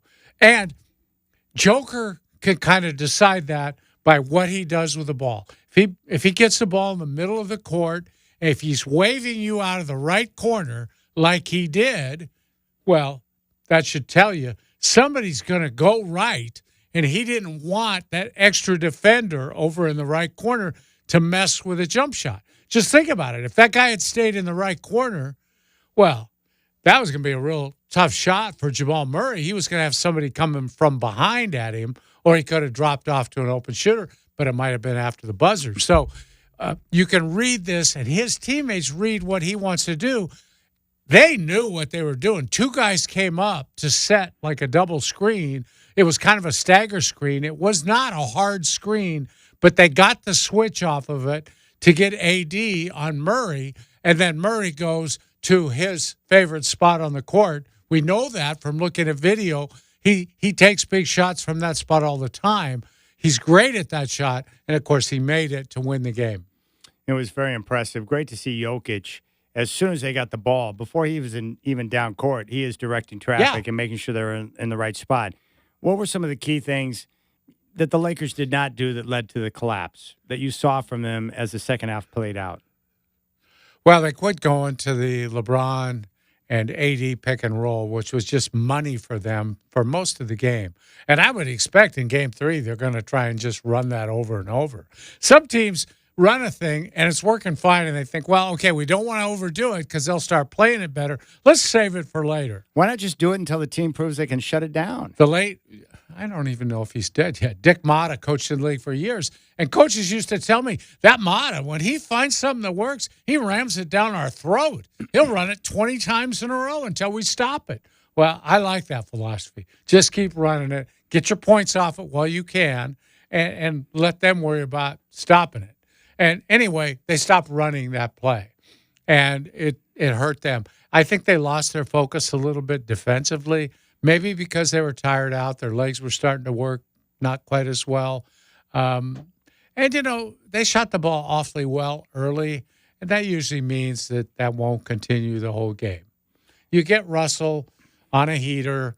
He comes out and he hits a lot of threes right away in the game. I mean, he established his three-point shot in the first quarter. And then you got to figure, I don't know if he's a consistent shooter like that, if it'll hold up. Yeah. And it didn't. And then I thought late in the game too, Chad, the Lakers made some rather casual mistakes that came from, I wouldn't say lackadaisical, but not careful playoff time attention. You got to really pay attention in the playoffs. Do things in a careful way so that you're not turning it over. I think the Nuggets, you take a bad shot, they get a long rebound, it results in an easy bucket. Turnovers, which can spark runs that they're able to go on, which we saw at the end of the game. They just capitalize on those type of mistakes. And you're right, the Lakers did not shoot the ball as well. I thought LeBron was sensational down the stretch. He had a couple of big threes midway through the fourth quarter. The steal and the dunk I thought was really awesome. What did you think about the three-point shot he took before the Nuggets got that final shot up? Well, it was a real interesting thing. The Nuggets benefited from Aaron Gordon falling down. Yeah. Because I think if he had stayed standing up, LeBron was going to try and take him off the dribble and go to the basket, which was the best play they had. Yeah, because if he doesn't score, he's probably going to get to the foul line. Yeah, he always does. And that's really that should be their bread and butter because he can get there whenever he wants.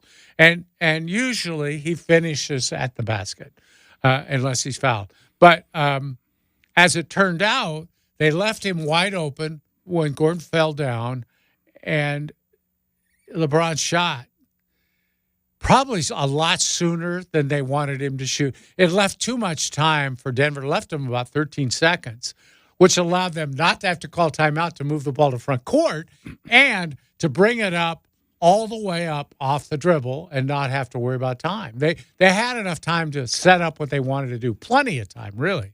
And so that hurt. And then they just I don't know what to say. I think they're playing against a team better than them. And it, you try to make judgments and you say, well, yeah, they could have done this or that. But Denver wasn't going to let them do certain things they wanted to do. Let's face it. Denver, in the last 5 minutes of the game, wakes up and sees they're behind. And this happens to them a lot. It's like, okay, let's put the foot down on the accelerator a little bit and get back in the game and do what we do. And they did that. They put themselves right back in the game. I wonder what the Lakers' psyche is after that loss. I wonder if they're going to come out flat in Game 3 because they gave everything they had to give in Game 2 and they came up short. Yeah, but, these are veteran players that I don't know if LeBron's going to let them do that. I don't know if AD would do that because they came so close. And you got to figure, look, we're playing them at altitude on their court. We're going to get back to our court, and it's going to be different. We'll be able to handle them at home. Which loss is more devastating? The Sixers collapsing in the final 47 seconds or the Lakers blowing a 20-point second-half lead against Denver? Oh, I think the Sixers because they had the lead late. They were up by 8 points with just a couple minutes to go. And they blew it. And they totally blew it. Outscored 8-0 in the final 30 seconds of the game. I mean, that's unconscionable. That cannot happen in a playoff game. You've just got to stop them somehow, and you've got to score. I hear players talking about it all the time. When you have a lead like that, people always talk about defending, but you know what? If you score every possession, they can't get you. That's when offense counts just as much as defense, and teams want to be so careful on offense not to turn it over, not to take a bad shot, and, by the way, run the shot clock down every time to take time off the game clock, that you get yourself in a position where you don't have a good shot. You end up throwing something up in haste, and you don't score. Well, that hurts. I wonder with Jokic, as things continue, I wonder if he'll have a chance to crack into the top 10 all-time NBA players. Oh, I think so, Chad.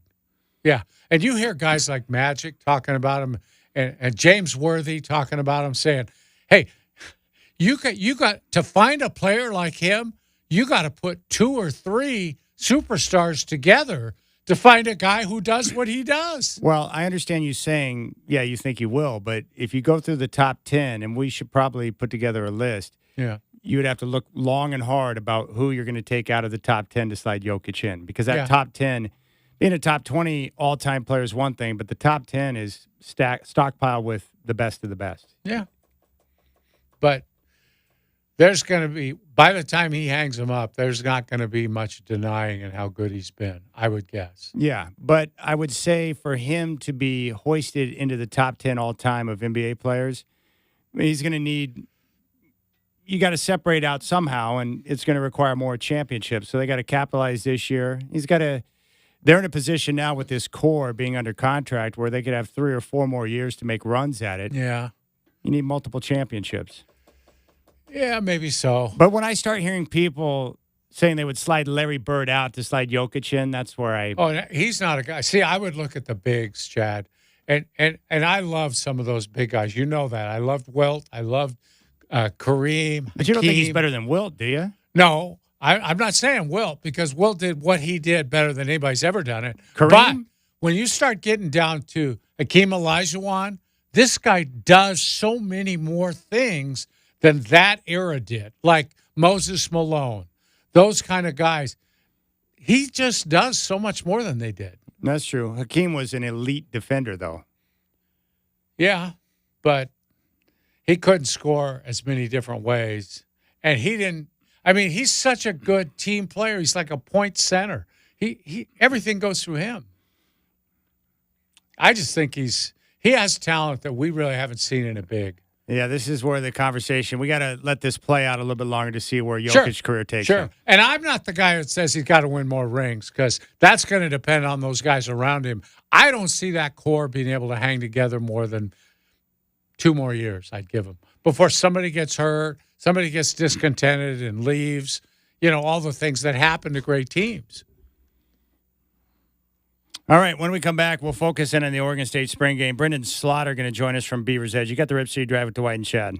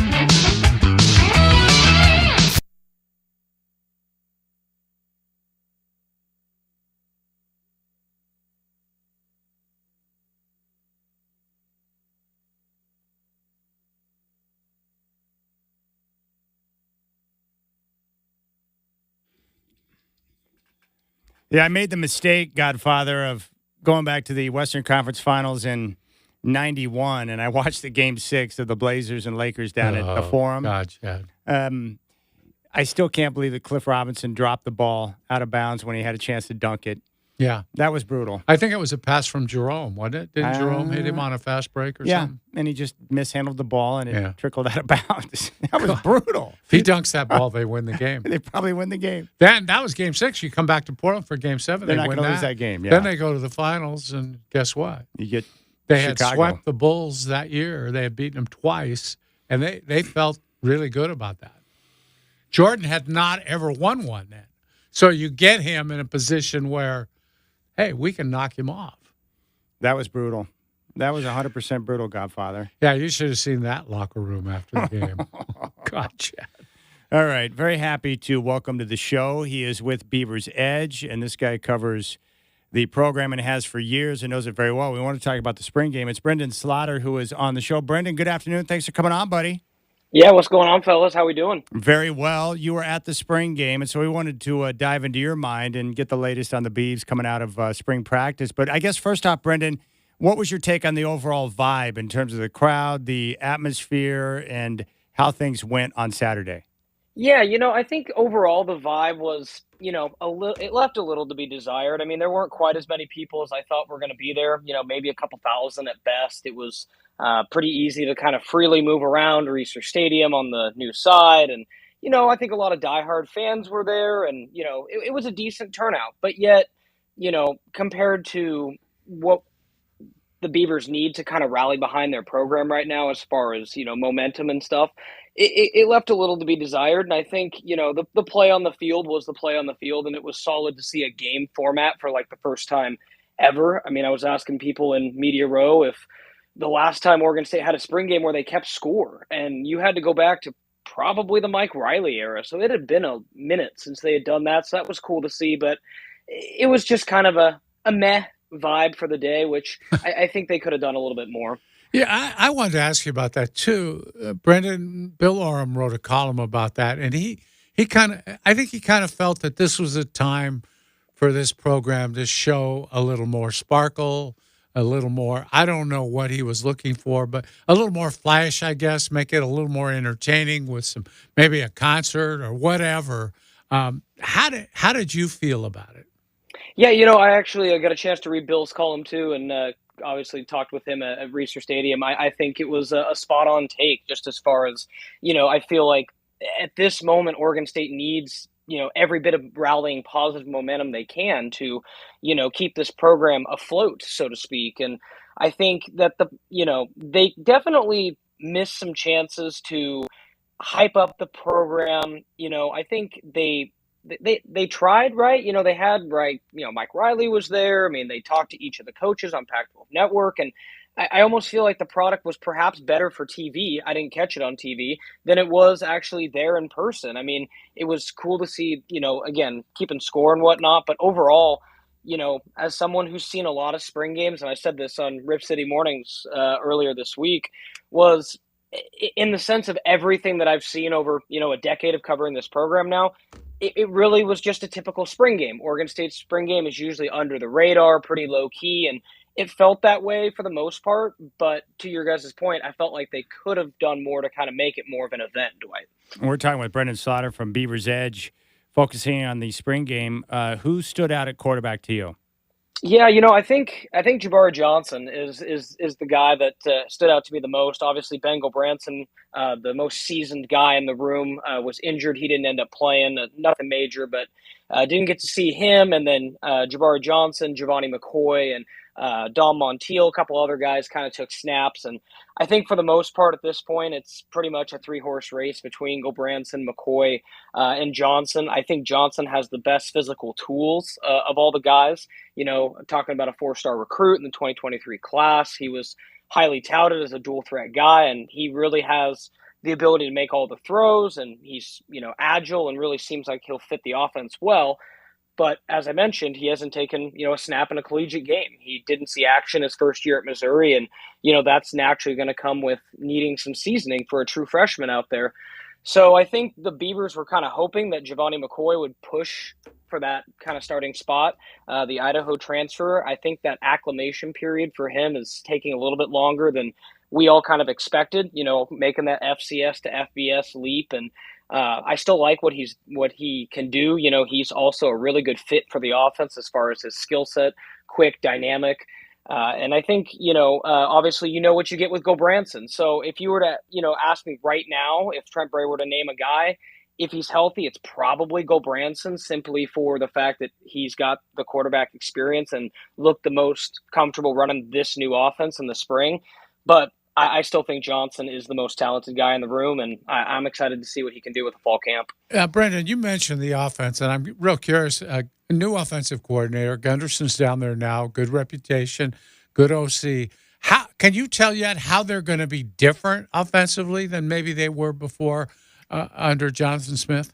For sure. I think it's pretty simple from what we've heard from the coach. It's just going to be less pro style and more of like a spread college style that you've seen. I mean, you look at Ryan Gunderson, obviously coming from UCLA and, having that role in Chip Kelly's offense. I've kind of told a lot of Beaver fans, expect, a Chip Kelly-esque offense, because this is what Ryan Gunderson's learned from the past handful of years. And before that, he was obviously with Brent Brennan at San Jose State and, had some good experience there as well with kind of a spread format. So I think we'll see the quarterback take a lot less under center. I think we'll see a lot less, really like, I think one of Oregon State's struggles in the passing game the last couple of years was long, slow developing plays that needed to happen downfield, 4 or 5 step drops and really needing receivers to get open.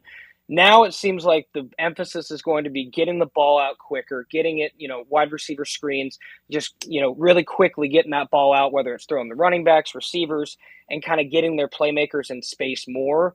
Because that has been one thing that's been very noticeable with Trent Bray is he really feels like the passing game the last couple of years is the reason they weren't able to contend truly for the Pac-12 championship. And when you look at, the defensive numbers, it's hard to argue if Oregon State had slightly better quarterback play. Hey, Brendan, what do you think is the strongest unit on this team, the strength? Yeah, I think it's the defensive backfield. I think with Keith Hayward and his acumen being in the defensive backfield on the defensive coordinator side, and then Rod Chance, who got hired just before spring started to kind of take over that room with Anthony Perkins getting hired by the Green Bay Packers. I love the depth in that room. We were talking to Jaden Robinson post-spring game, and he said, while they don't have quite the senior leaders talent-wise and depth-wise, he compared it to the 2022 Oregon State secondary, and that group was elite, as we all know. So I really do think the strength of this defense and really the team is going to start in that defensive backfield. And I also wouldn't be surprised with Trent Bray being a defensive-minded coach if this – I still think Oregon State's bread and butter will be, a ground-and-pound running team that also throws the ball. But I wouldn't be surprised for them to take on more of a defensive identity overall with Trent Bray as the head coach now. Well, speaking of that, what was Coach Bray's take on the whole day? What did he say afterwards? Yeah, his comments were pretty brief afterwards. That's the thing with Trent Bray that we've noticed pretty quickly. He's kind of a get right to it guy, and he was pretty pleased with everything that he saw. Obviously he kind of mentioned that the quarterback play we kind of got incomplete throughout spring because guys, Gobranson was available and McCoy was available at the start, and Johnson wasn't, and then guys have kind of rotated in and out. So I think he noted, there's a lot that they still have to work on offensively, and I think that's still the biggest area where Oregon State has to improve between now and the start of the season is offensively, because, you can look at it and kind of see there are shades of everything that Trent Bray has done the last couple of years, and he's built good defenses with different personnel each year, and I, from what I've seen, have no doubt he'll do that again. It's just the offense hasn't quite got there yet, and considering that they're installing a new system, getting guys to play a whole different way, it will probably still be something they're working on into fall camp. We're talking with Brendan Slaughter from Beaver's Edge here on the Rip City Drive. All right, what about the weakest unit, the position group that needs the most work right now? Yeah, I would say it's either going to be the offensive line or quarterback. Quarterback simply because there hasn't been a guy that's jumped up and seized the reins yet, right? Yeah, so whether that's injury or just, not quite consistent. Some guy between now and the end of fall camp, and that's something we mentioned when we were breaking down the spring game, is somebody has to seize the reins and be that guy, right? Oregon State needs to have someone be the dude in that room and kind of, say this is my team and run with it. And then the offensive line, it's kind of unfair to compare, but as you guys know, they had such a strong unit the last couple years with Jim Mahalchik. It's an incredibly high standard to follow up, but considering that, they lost a good chunk of that group and we didn't see Josh Gray all spring. Obviously, basically the star of the unit, he's going to be back, but he didn't play in spring. So they were really shuffling a lot of pieces around. So I think it'll eventually get there. But as you guys know, that was the bread and butter of Oregon State the last few years, is you could always count on that offensive line to create holes for Damian Martinez or whoever. So I'd say quarterback and offensive line are the areas that I'm looking at for the most improvement heading into fall camp. All right, I want to switch gears here. Let me. Obviously Oregon State has been hurt by the transfer portal, and I think basketball has been hurt a lot. And I wanted to ask you, they're going to the WCC next year. Which program is going to be the strongest at that level next season? Men's or the men's program or the women's program? That's a great question, Dwight. It's interesting. I would give the nod to the women's right now just because I believe that Scott Rueck is simply one of the best coaches in women's basketball. And while his team did get gutted and he's going to have to, rebuild his squad kind of on the fly, this is the guy who, when he came to Oregon State, had to hold open tryouts, right, back in 2010 just to feel the team. And if I recall, that team still won, a handful of games that year. So, I think he will be able to yield a competitive squad, especially with a WCC schedule. So I'll give the nod to them. But at the same token, men's basketball, it only takes, a couple guys to, maybe get a squad. So I'm not going to count out Wayne Tinkle and his ability to, take the Beavers to a slightly better place in the WCC. But at the same token, the product on the court has been so underwhelming the last few years. There's not a lot of confidence, within the fan base that will get done. So I would still say the women's side for sure. All right. He covers the Oregon State Beavers for Beavers Edge. He is on X at @B_slot, and he's also the executive producer of Rip City Mornings with Justin Myers. Hey, Brendan, man, really appreciate the time, buddy, and the insight from spring game, and enjoy your evening, man. Awesome work. Yeah, appreciate it, guys. You as well, and happy to jump on anytime. Have a good show. You got it. There you go. There's Brendan Slaughter talking little Beavs. All right. Offensive line, quarterback, the biggest question marks. The strength right now is that defensive secondary. That's kind of what you'd expect, I think. From a defensive head coach? Yeah. Maybe not the secondary. Given the fact that Bray was a linebacker and has coached linebackers, I would have said maybe linebacker might be the strongest part. But I knew it was going to be on that side of the ball. It has to be. And it's harder to find.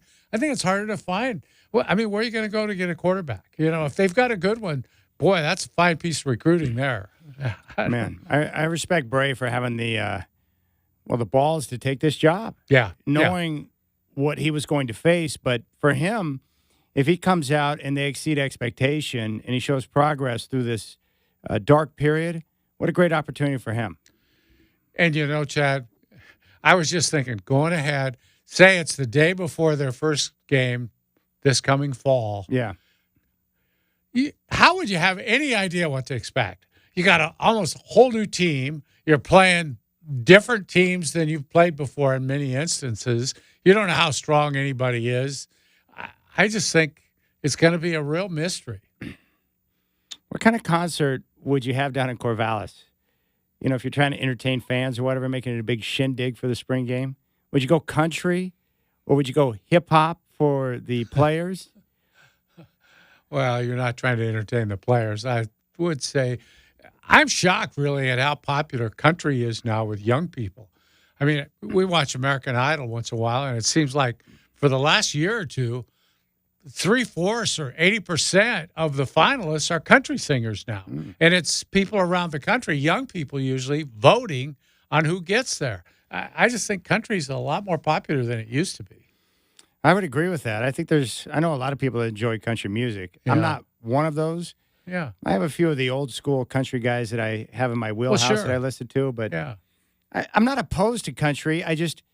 It's just not in my normal rotation. Well, we just grew up in a different era too, where That's rock true. and roll was king. Rock and roll was king. And nowadays, it's not king. No, it's it's hip-hop. hardly. It's hard. Rock and roll's hardly on the table anymore. Yeah, I'm waiting for my daughter to give me her review of the double album that Taylor dropped. So she's working through it right now. Oh, she's got it though. Yeah. Now, how did she get it? On digital or? It's digital. Yeah.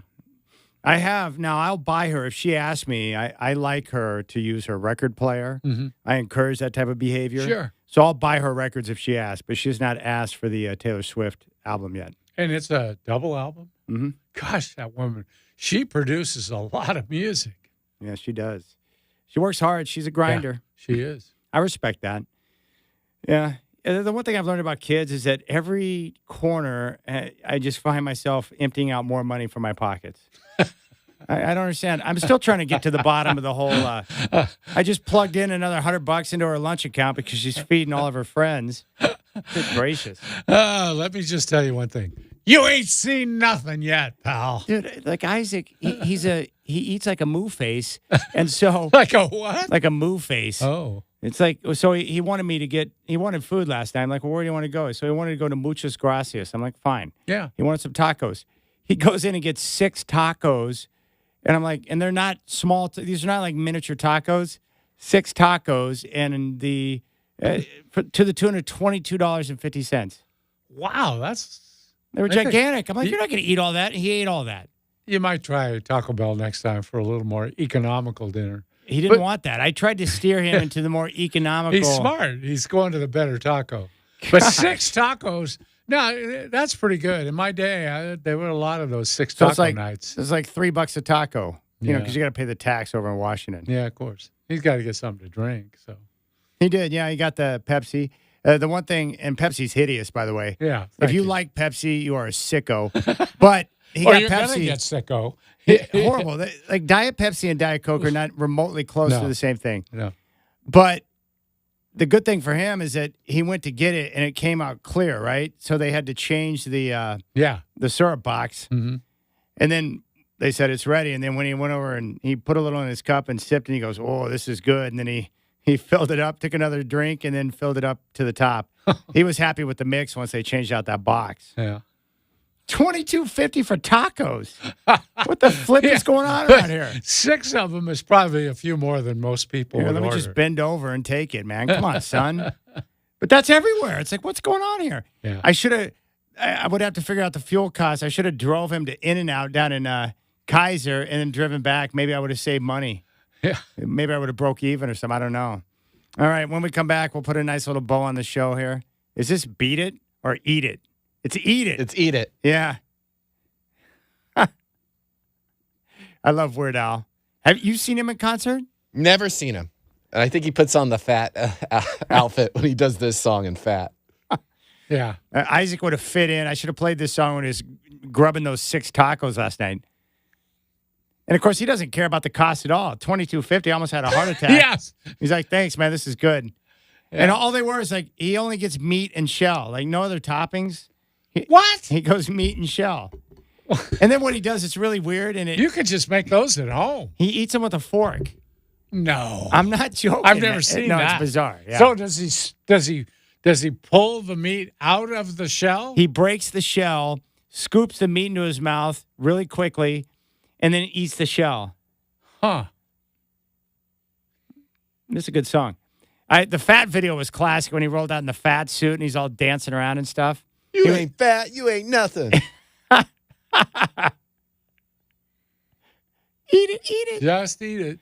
He eats tacos with a fork, Godfather. Where'd I go wrong? Somewhere along the line. That's because you don't eat Mexican food much. So he didn't see you eat them. That's true. 6 tacos? Meat Yeah, and shell only. Meat and shell only. Yeah, but, tacos aren't. It takes a few tacos. It does. It really does. You better chow down or it's going to get cold. I don't care if you're full. It's a great song. I need to see him. He was out here recently. I think it was at the Schnitz, like last year or the year before. Oh, he's been coming here yearly for a long time. He must be getting up there now, isn't He he? is, but he's a super cool guy. Yeah. I'm down with Weird Al. I'm not down with 6 tacos equaling $22.50 though. You got the Rip City Drive.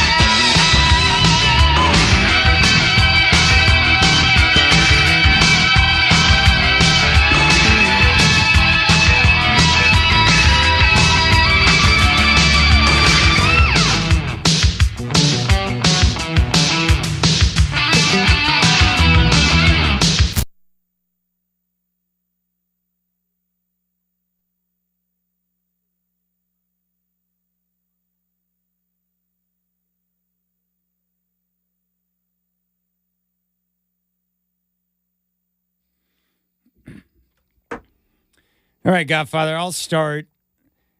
I really want to hand my high five out to this man right here because he went double bang. There you go. And I'm a big fan of double bang. To Hart, back to Brunson. Brunson double team, splits the defense. Lowry takes it away, picked up by DiVincenzo. 8 on the 24, DiVincenzo, corner to Brunson. Sidestep, three-pointer, shot, it's good! Took the bounce and went in. 2-point game. Ball knocked loose, and Maxey gets knocked down. Hart takes it away. Out top to DiVincenzo, his shot won't go. Hartenstein the rebound. Hartenstein gets it out to Anunoby. DiVincenzo a three. Bang! Bang! Knicks take a 1-point lead with 13 seconds remaining. High five. Mike Breen. I need more double bang in my life. I'm down with that. Nice work, Breen. Very smooth. He does a good job. He's growing on me. He's really good. And he's a really nice guy. Absolutely. So he's growing on me with his calls. I'm so partial to Marv that I get irritated with anyone that's like the lead play-by-play guy on any network because I love Marv so much. But Breen is growing on me. Did I tell you that story that he quoted something I wrote on the air 2 years ago? Yes. And he attributed it to somebody else.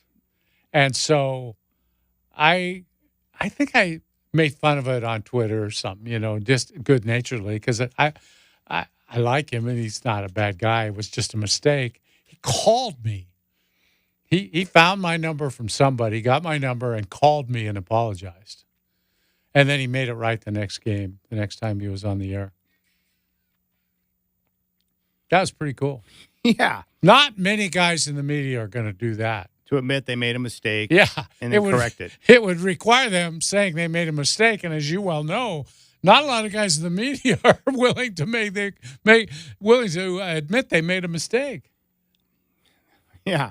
100% true. I still have a personal letter from Bob Costas when I criticized him in a column at the Oregonian. And somebody sent him the clip. And he wrote me a letter saying, "You were right. We botched that game." Yeah.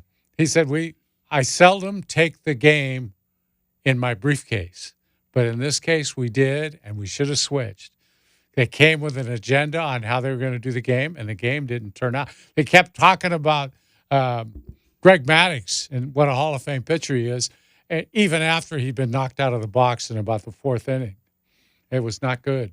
And they didn't talk about Eric Gregg, who was the predecessor to Angel Hernandez in the amount of missed ball and strike calls. They didn't talk about how wide his strike zone got for Levon Hernandez, the Marlins pitcher that day. Interesting. It was a playoff game. But, yeah, the Brian McIntyre, the PR guy for the NBA, said, "Geez, I've never seen anything like it." I said, "What do you mean?" He goes, "That's the first time I've ever seen Bob say he made a mistake."